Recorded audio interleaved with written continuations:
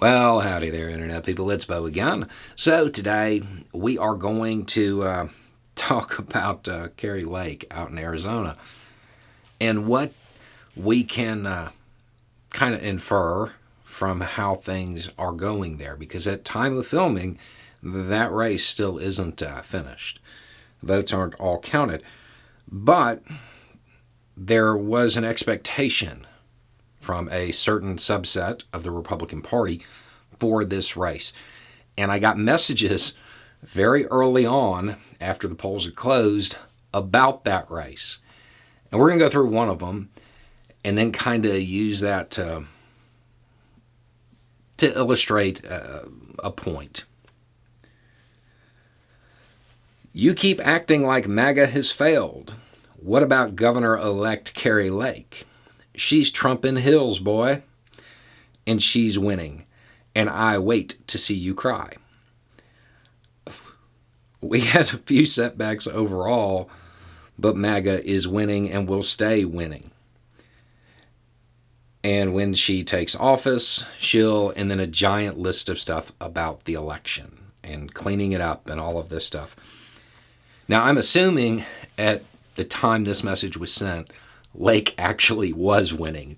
At time of filming, she's down by 31,000 votes.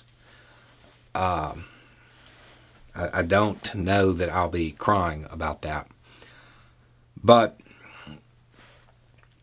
this kind of leads into something.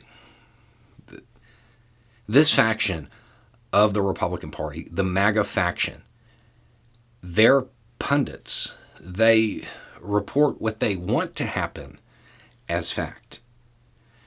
And when those commentators do that, the base, the people listening to them, they believe it. So much so that they are certain of victory going into an election, when all signs suggest otherwise. And then when something doesn't go the way they had hoped, they use that as evidence that there's something wrong with the election system. But that's not evidence. That's just you hoping against hope that the inevitable doesn't occur.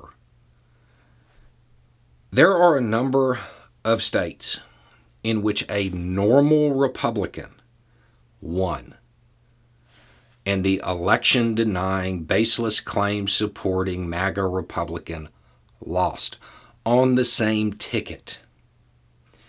That means you have Republicans and independents voting for the normal Republicans and then crossing party lines on the other ones.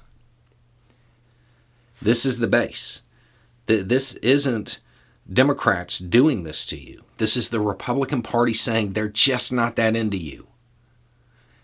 It's not the end of Trumpism as a political force. It very well might be the end of Trump himself as a political force.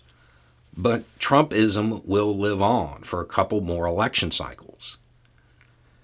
And those who are opposed to that form of nationalism, they're going to have to be on guard. But we also have to be on guard for those people who have been led so far down that road that they truly believe that it was supposed to go the other way, that Trump in Hills should have won, because that's what their commentators told them. That's what they were predicting, and not even with the caveat that it's a prediction. Just, this is what's going to happen. And then when it doesn't, it's an even larger letdown. I would also point out that even if Lake does pull it off at this point, which seems unlikely, but it's not impossible, that doesn't mean that MAGA's winning and will continue to win. She is Trump in the hills. And it's a nail biter in an area that really should have gone for her. But they didn't.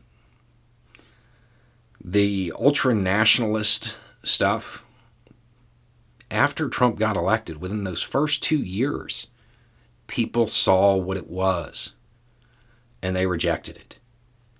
And they're going to keep rejecting it.